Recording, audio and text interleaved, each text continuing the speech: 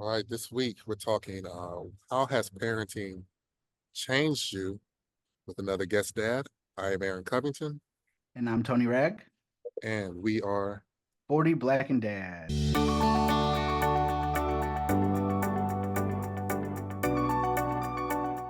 all right. Welcome back. It was a good new week. Oh, I'm getting okay. We already did that. I got a little pop-up on my Zoom, but anyway, it's me and Tony, and we're here with our good friend Muyi Akerele. Am I saying that last name? Might have always wondered if I was saying that right. So the way I taught you guys was like the Americanized version, but like if you would try to say like African or Nigerians, Akerele. Akerele. Akerele. Okay, I love that. Yeah, you should have been to us that. Akerele. Hey, That's man, so dope. Akerele. I feel like definitely I feel like I'm cast in Black Panther. Akerele. Let's go. Let's go. Like, man, that's cool, yeah. that's beautiful. I think the problem with the Zoom, we had a little Zoom thing, so I think it was actually on my end. I hadn't admitted you to the room because now I have two movie boxes on the screen. So it's probably my computer, which I'm probably about to swap out You want to soon. switch? But like this thing is like literally driving me crazy. It's moving so slow right now. Give it a shot right now, and I can cut some of this out, and then I'll just have you. Yeah, because I think I didn't admit you to the room. Okay, give me 1 second. Yeah, I'm still waiting my computer to load up. This is Oh, it's still not loading. Okay. Well, yeah, we can just go. We'll keep going in. All right. Mm-hmm. And I'll cut some of that out, or maybe not. See how the time goes. Keep it real.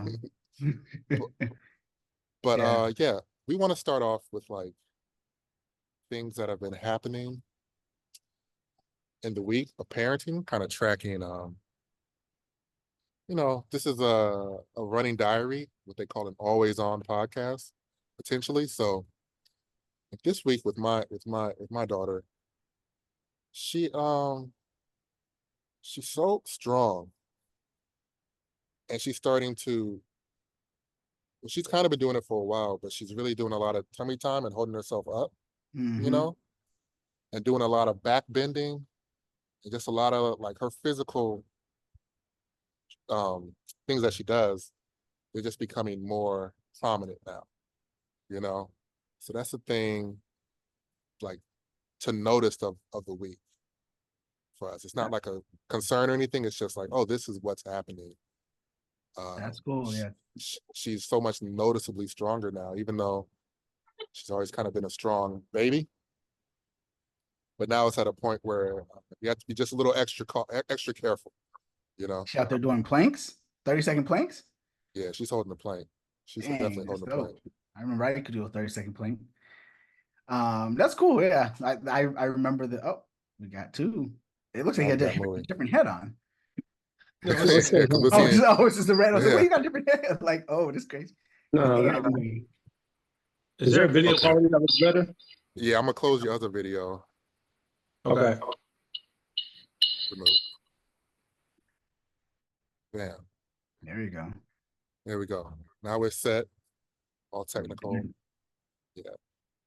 Cool. But yeah, that's a good one. I remember the tummy time and doing those the rollover, put the head to one side, put the head to the other side. Those are very big, small things, but big milestones that you go through, especially in the beginning for sure. And for me, mine, it's a little different. So we had an issue. Should be a lot different. You're 2 years. Yeah, no, 2.5 years ahead. Almost 3. You'll be 3. Yeah. So we had an issue at his school where we were presented with a situation that happened with him on the playground. And I'm not gonna get too much into it because it would take way too long. But we thought he was potentially the aggressor, but he was the person it happened to. So we had to navigate just kind of like talking to the teachers and talking to him about an incident that happened to him and like talking about feelings. And it's just really interesting to see, like, even at this age, he understands a lot of his feelings and he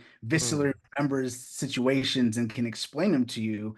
And it's like, oh, like this, like we're talking to a actual person, a child. It's not a baby anymore. And that's just kind of a realization for me. Is like, these are the types of conversations that we're going to start having about school and his interactions and friends and things like that. But yeah, you really start to realize that he knows life and things that happen to him and remembers things. So that was that's very exciting, I think. Yeah. Talk about a milestone. We didn't prep you for that, so we want to get into like what we're talking this week, and you can share any anecdotes as we go along. But first off, how are you? How is your dad journey so far? Let's get you warmed up here. Overall, I'm well. The dad journey is interesting. Like, I'm enjoying every minute, but it's interesting. Like, in my profession, I thought my profession would kind of get me kind of ready. Yeah. But it doesn't get you ready. It doesn't. Because I give advice all the time to people and their kids, but like, it's a whole different ball game. So there's some moments like, now I see what parents are saying. Like, I make it sound easy when they said they can't do it. Like, what do you mean you can't do it? Just do it. And then I kind of see with my boss man is like, oh, I see what they're talking about now. Yeah. Like, it's not as easy as I made it sound to be. And like, I don't know, it's just interesting. It was like, I thought I was gonna, my profession would get me prepared, but nothing really truly gets you prepared, no matter how prepared you think you may be. Yeah. Yeah. That's dope. I know that's the old thing of like, and this isn't your situation, but they'll say, if you want a kid, get a dog. A dog will prepare you for a kid. But it just doesn't. I mean, a kid wouldn't prepare you for a dog either. It's just different situations. There is no real preparation for your own child. Even helping with somebody else's child or caretaking a bit, there's still a difference when it's your own child, I think. Yeah, and nothing fully prepares you for it until it's the day that happens to you. Then like, oh, like you said, like, oh, I get it now. Like, I get what other parents have come before me have said or have experienced, and you start to realize that it's very much kind of a cycle. Like, you have to go through it to understand it, and then you can give the advice to the generation after you. They're not going to understand it until they go through it as well. And it's funny, my feed online is full of a bunch of social media things with parenting and dads and families, and it's like, that's happened to me too. That's funny. Like, we're all going through the same things together, but we have to experience it differently to actually understand it. So that's very on point that you said that, for sure. Yeah, it's interesting. Definitely, I've kind of like learned on the fly, learned from some other people who've gone through it before me, and then stuff that I just knew from my profession. So it's an interesting journey. I enjoy every moment of it. So like, similar to what you guys had kind of talked about, how like your child's development like is kind of surprised you. I mean, there are some times I'm talking to my boss man, and I don't think he understands, and the man understands the conversation. And like, I'm talking to him like, yeah, you probably don't understand. Like, no, I understand. It was like, oh. Yeah, he's okay. like, no, Dad, buy Meta at 94. Exactly. Like, how do you know the stock market? It's like his sensing structure is perfect. Like, he uses the King's English. Like, no, like, art doth thou, father? Or when you kind of see like words you never practice or sit around them, and they're saying it because being around daycare. So it's like, it's amazing to kind of watch that. So how old is your son? Next month he'll be 2.5. Yeah. Oh, okay. See, so we've all been friends for a long time, since college, undergrad. So in our 20s. 20 years, yeah. Late teens, early 20s. And I guess for the last 2.5, 3 years, I definitely thought, Muyi, that you had a kid first. No. But no. Tony was first. He got married first. He did it the right way. Married first. No, it's so funny. Like, so me and my wife talk about Muyi's wedding all the time. Like, that was the last trip we took pre-COVID. That was February 2020. Remember it very, very well. It was the last thing we did before COVID, was fly out to Muyi's wedding, and we fully enjoyed ourselves. And then COVID hit and the world shut down. So Muyi's like the last person I saw pre-COVID. A lot of people actually told me that's what happened too for them. Yeah. Like, going into 2021 and 2022, that my wedding was the last vacation they had. So literally, yeah. And it was a great time for sure. But Yeah, last thing we did was see Muyi in person, and then that's so funny. That was it. Yeah. Okay, so 2.5. Are you thinking about more kids? Yes. Where are you in that timeline? Yes. Yes. A resounding yes. Hopefully, within the next year or two. As you guys may or may not know, the older, your wife, the more risk to her and then to the future child. So hopefully within the next year. Oh, we definitely know. We definitely know. Trust me. We're on a timeline of months for me and my wife. So we're planning for probably September, October of this year to start, vigorously, into the I think I had my first kid older than both of you did. So I'm already we're already like, are we going to do this again? Just from like an energy level, a human level. Like, do I want to have a second kid in my mid-40s? Like, don't know if we're going to make that happen. So I always think about it, like, so when my kid is 21, I'll be like 60 something. But the good thing is, we talked about this before, like there's gonna be a lot of 60-year-old dads at like high school graduations, because a lot of our generation have all waited long. Kind of waited. So we'll all ride up on our scooters together, like, that's mine. Like it's gonna be we're not gonna be alone in that regard, for sure.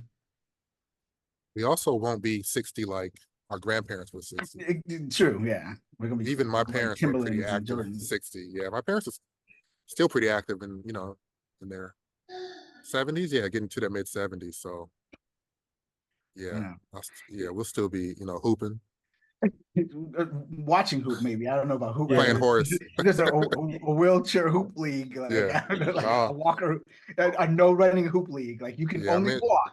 I meant just shooting free throws. I'll be right back, gentlemen. My boss man needs some help. I'll be right back. Yeah, definitely. There's gonna be a different level of interaction with the next generation of high school kids. So, but yeah, that's good. So cool. That's a kind of a good place to get into the topic of what have you felt you've learned the most or changed the most. And it doesn't have to be the most. You can have more than one thing. I have a couple of different things that when it's my turn to go. But Aaron or Muyi, if you guys want to go first, just what do you feel like you've learned or has changed you, or something that you just might not have expected to be part of you now that that you have a kid. Right. Muyi, why don't you kick us off? Because I got I'll kick off. Perspective. I care about how the house looks now. I was not expecting that. Please deep dive. That's actually a really good one, bro. I am historically been like a cluttered person. Like, I'll joke with my wife, like, don't touch that pile. I know it's there. Don't mess with my pile. I know it's there. Yeah. And now, like, seeing the boss man, especially at this age, is like, it's like hurricane, just goes through. And like, hey man, I'm tired of cleaning up after you. Like, let's clean this bad as it goes. So like, I don't think I ever really cared about having a house as clean as I do now. And I am doing a lot more cleaning than I've ever done in my life, mainly cleaning up after him. And I don't think I knew that before he was here. And definitely not the early days of him. Like, I'm cleaning up more than I thought I ever would. And like, it's funny too, because we have a maid that comes every 2 weeks, but like, literally, like, you will never guess that the maid came through, because it's like a hurricane at times. That's hilarious. Do you have like a system for cleaning now, or you just kind of piece it together as you go, or every night before bed kind of thing? I don't have a system, but like, there's some moments I'm just looking at the house like, this is a mess. I got to do something about this. It's going to drive me crazy. I probably need to get to a system to kind of help him, because I think right now he thinks at times he can jump at any time, or like just do whatever he wants and not clean up. And I think probably as he matures a little bit more. Give me 1 second. Hey, stop jumping. Stop jumping. This is a live podcast, y'all. You get to see parenting at its finest, right? So I think that was the one thing. I see you too. I think I learned that I value cleaning a lot more than I thought I would. Oh, for sure. We only have like one system in place, about putting the burp cloths every morning in different stations in the house. Otherwise, yeah, I'm just figuring it out, cleaning as we go, and being at the in-laws at least. Her mom, grandma, will at least like clean the kitchen every night. She's, you know, and she has her own stations and like the way she likes the house to be, so that helps a lot in keeping it clean. But you know, trying to get in the habit of like pulling out the vacuum the same time every week, like every maybe, twice a week, giving things a good vacuum, you know, and having a schedule like that. And that's a surprising answer, but one I can definitely relate to. It's very funny. That's very surprising, but like it like had so many emotions when I got hot and like just thinking when you said that, because we literally have a system. I didn't think about this. Like every night, one of us puts him to bed, the other one just cleans the house. So we have a lot of stuff in the living room. So he has a little section in the living room. We'll clean that. We'll find a bunch of fry tips or food. You have to vacuum because he throws his food everywhere now. Unfortunately, we're not that good at training him how to not do that.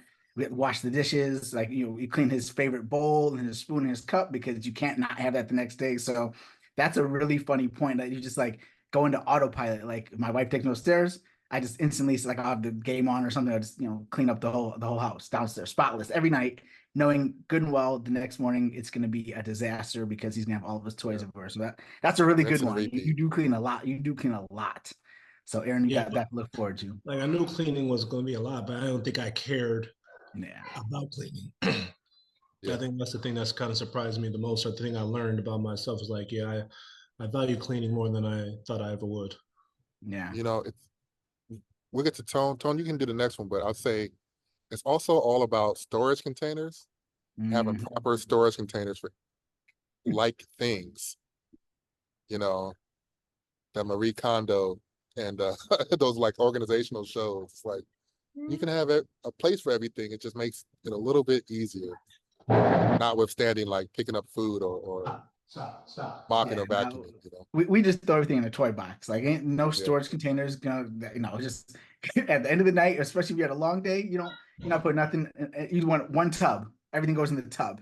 In the morning, he can look through that tub and find it. Well, I think I'm talking about like from the burp cloth to a toy. We kind of Oh have a yeah, different yeah, that's true. Yeah, diaper stations and cleaning wet wipes. We kind of have different. Yeah, that makes sense. Just because we're so young, Yeah, when they get older, just toys, tub, and like a couple of put it against the wall out the way so you don't step on it. Like marbles are the most painful thing you will ever step. Besides like a knife or pointy objects, marbles why do are why so do we painful. still get kids marbles? I don't Like when we had marbles or marbles before, that's like the only toy that there was. Like there was like marbles and tacks, tax. and then Legos came, and it's like, why are you sticking into your kids marbles? They don't.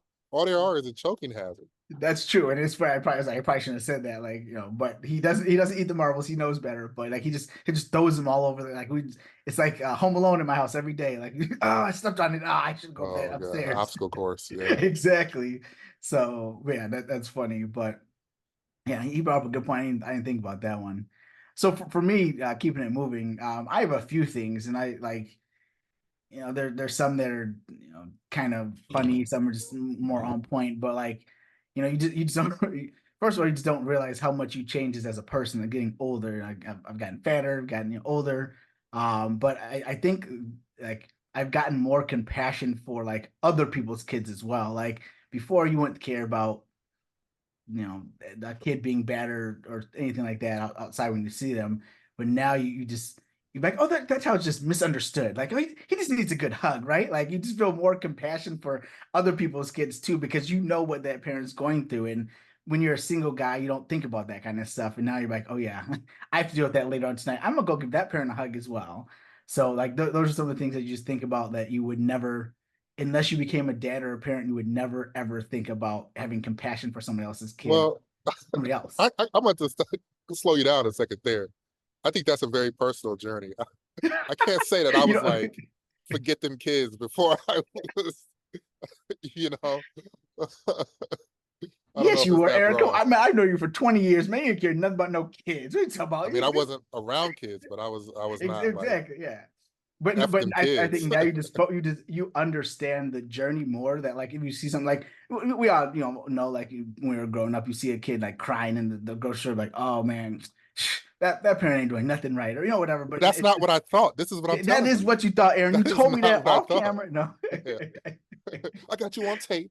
exactly. 2008, cussing But out these parents. Aaron, Muyi, you back me up on this. See, Aaron's just a young parent now. He don't know what it takes when you take a kid out and they start screaming and crying, and you have to That's deal not with the that. issue at question. The question is, were you sympathetic to it? And I'm saying, I You was were not. never like those crappy parents. I was always like, man, that kid just, needs a hug or something. You Or a liar. Oh, you cut off the podcast right now. Stop this recording.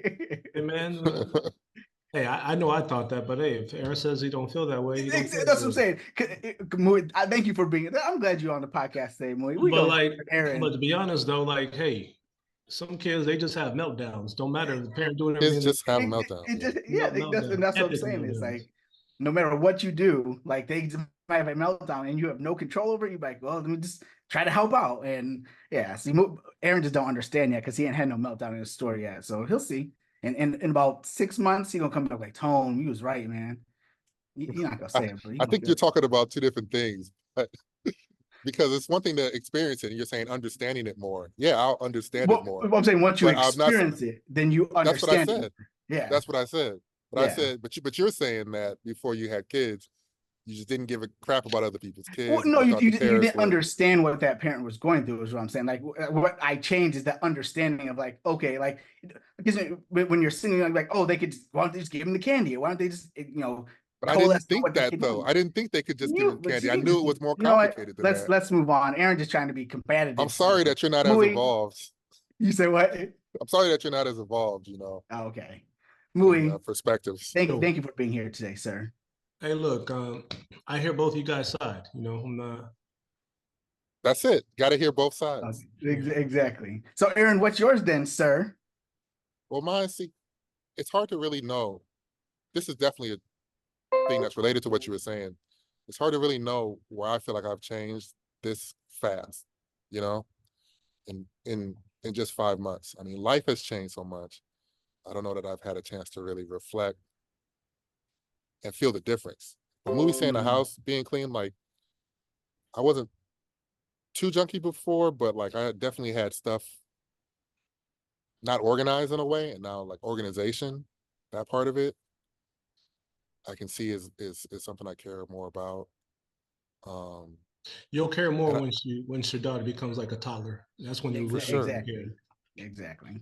and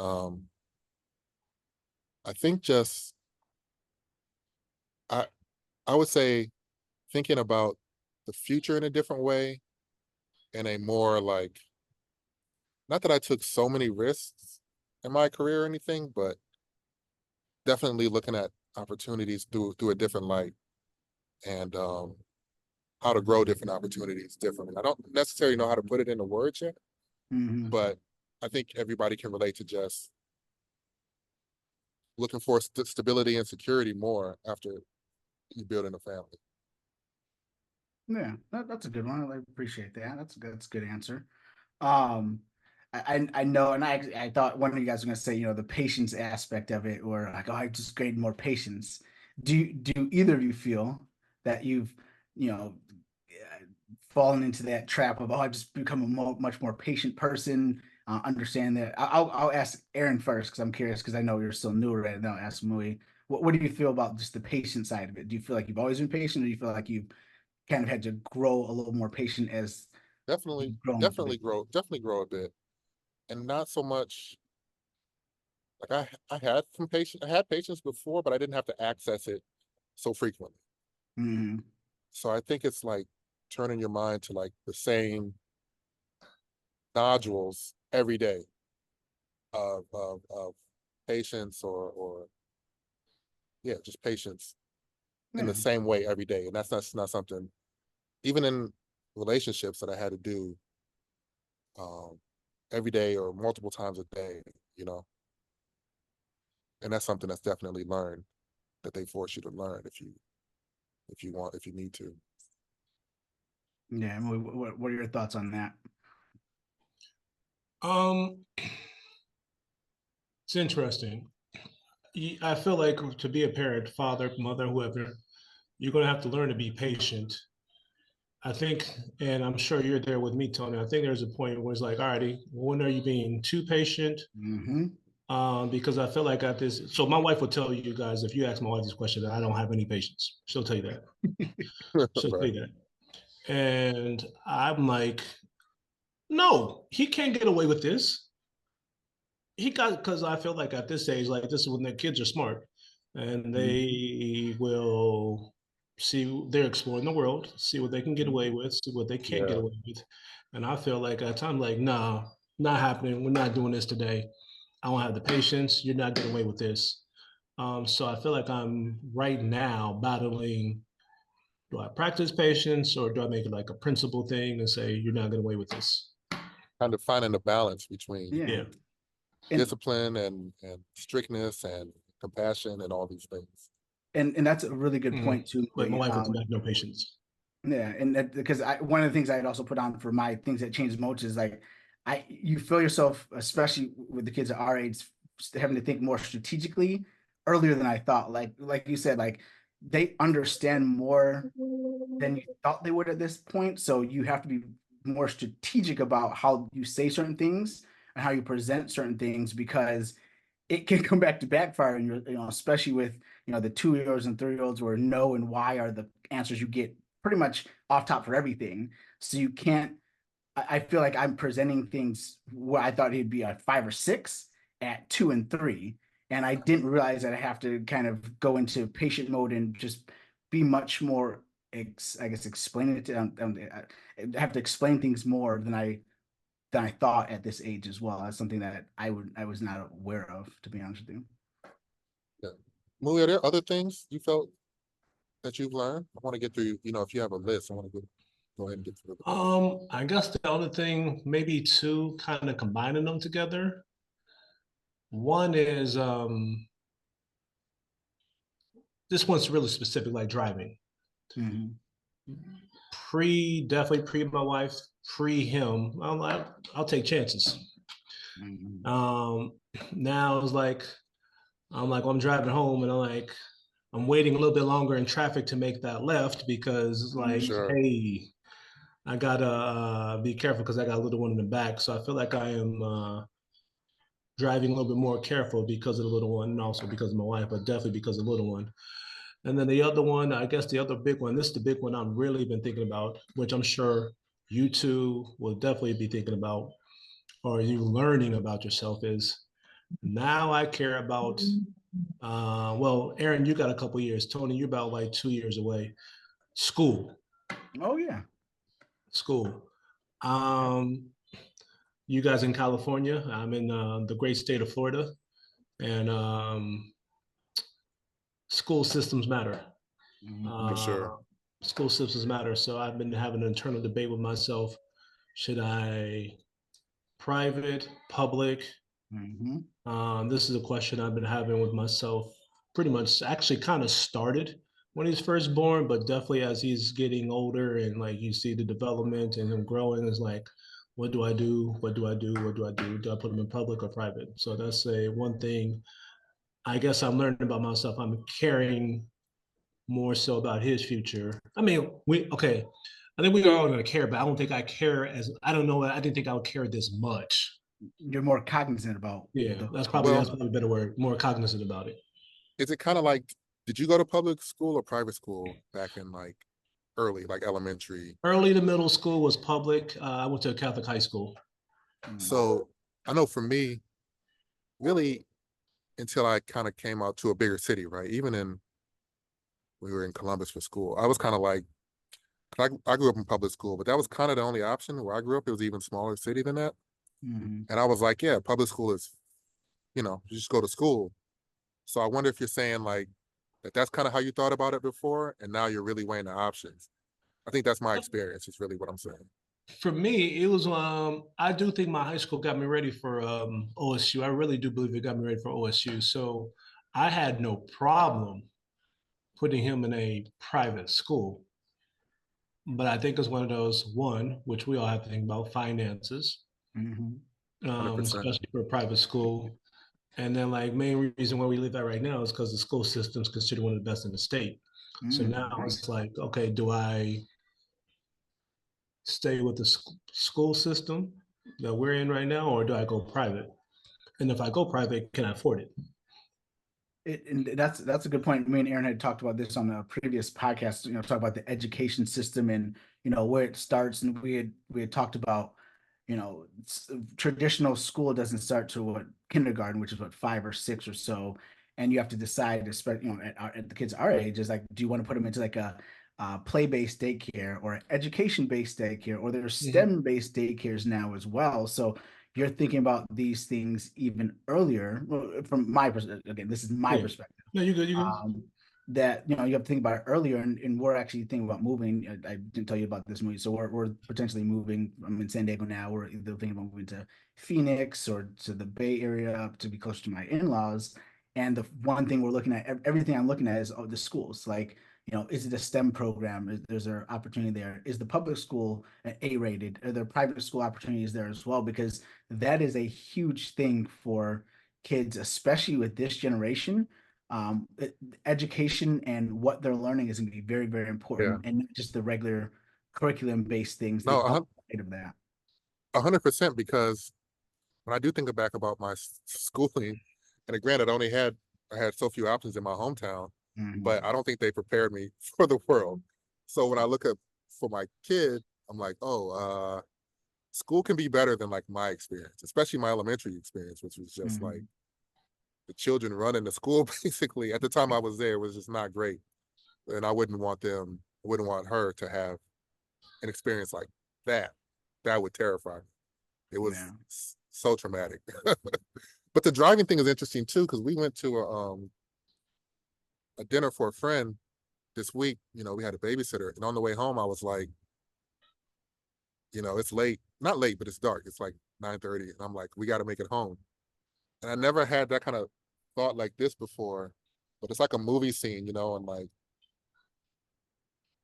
you don't make it home, and the kid is like, and grows up without the parents, and I'm like, got to drive, even though it's late, we're tired.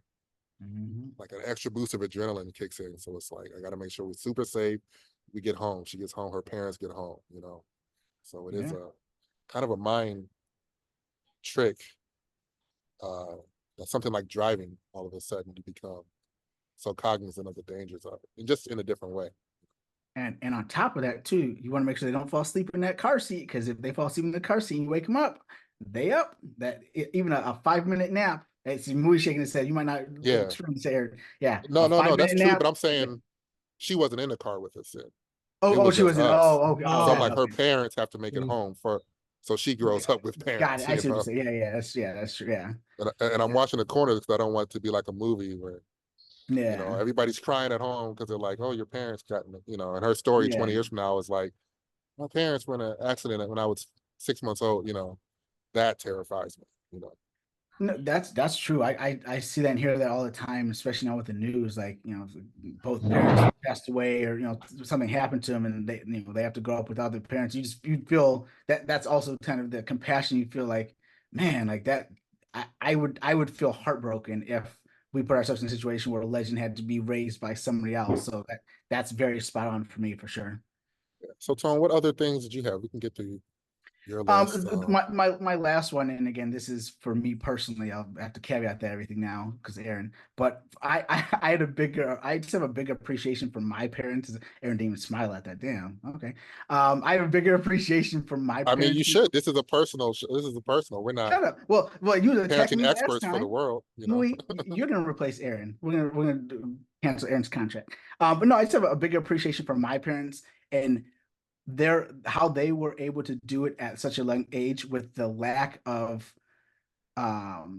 tools that we have available now. I think that was one of and I tell my parents this all the time now. Like they were in their early 20s, 21, 22, 23 in the 80s. And I was the second kid. Like I have an older brother and my parents were 22, 23. It's like, I just think that made me appreciate not just my dad, but both my parents together as a unit. But also individually too. Like my mom went through a lot. Like she left school. I'm sorry, my dad left school so my mom could finish. and just the sacrifices they made. Like, we're doing it at 40. We have more world experience. We have probably a little more wisdom, and it's hard.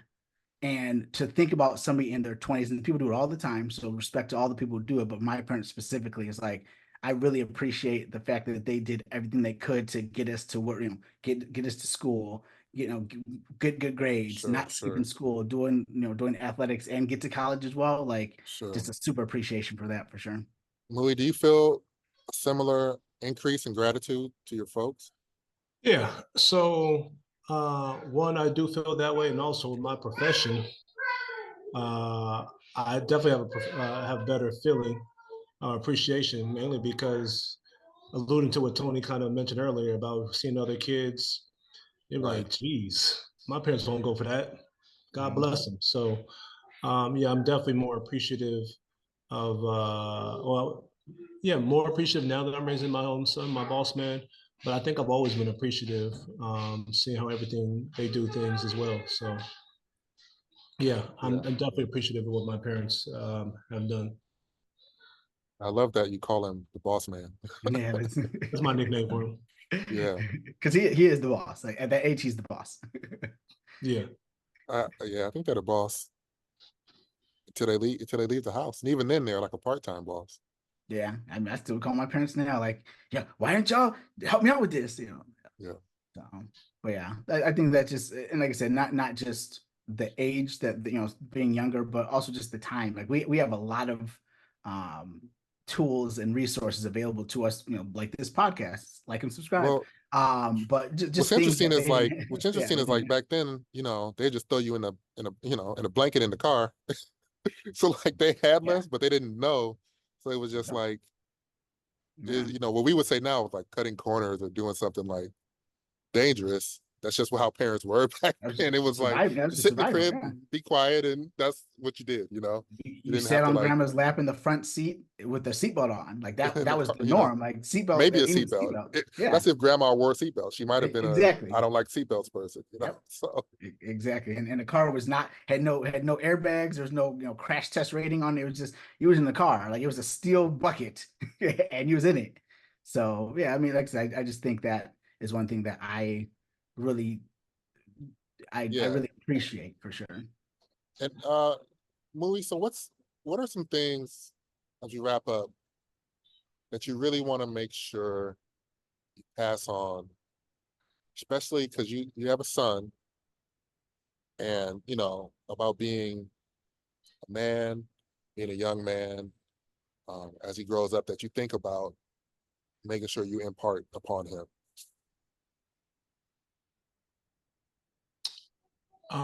Um, I would say for me, which is funny because we're technically called millennials. Granted, I think we're geriatric millennials. Yeah, we're the old ones. Um, I feel like I don't think I'm a millennial. I personally don't think so. But the knock on millennials is they want do minimal as possible but get maximum benefit. So a lot of times I tell my patients like, hey man, there's a premium for hard work. Like if you just work hard, like I think people now will notice that, and then you're probably going to get better opportunities. So I think I'm just going to tell them like anything you want in life, you got to work for it. That's dope. Do more than what other people are doing, and then people will notice that, and I think they'll open up many opportunities. And then I'm gonna quote Marlo from The Wire: "Your name is your name. Uh, put out good, well, not literally good product, but like your name is on it. Um, Yeah. like whatever you do, like just No. Boss Man did that. Okay, I know he did good work. I got nothing Right. to worry about. So let him know that his name is his name, to quote Marlowe. So that's the probably thing I'm going to say is work hard, and then anything that you do, at least people know like, hey, that person working over there, it's got good work, nothing to worry about. Yeah. And of course, you're leading by example. Out here being a good dad, being a professional, and having these accomplishments, graduating college, et cetera, et cetera. Those are all important things for the kid to see. The kids to see our work ethic and ambition, you know, those are things that rub off just as much as anything else, you know. Mm-hmm. Yeah, very well said. Very well said. All right, man. Well, Muyi, it was great having you on, man. I appreciate it. We'll have to do it again when you have time again. Subscribe, follow. If you're listening, comment, share on Instagram at the 40 Black and Dad Show. I'm Bear Cove. He's the official IG of Tony. We're also on the Facebook. YouTube and Facebook, yeah. We everywhere now. Trying to get some sponsors. Holler at the sponsors. Worldwide. All right, Muyi, we'll talk to you soon, man. Definitely.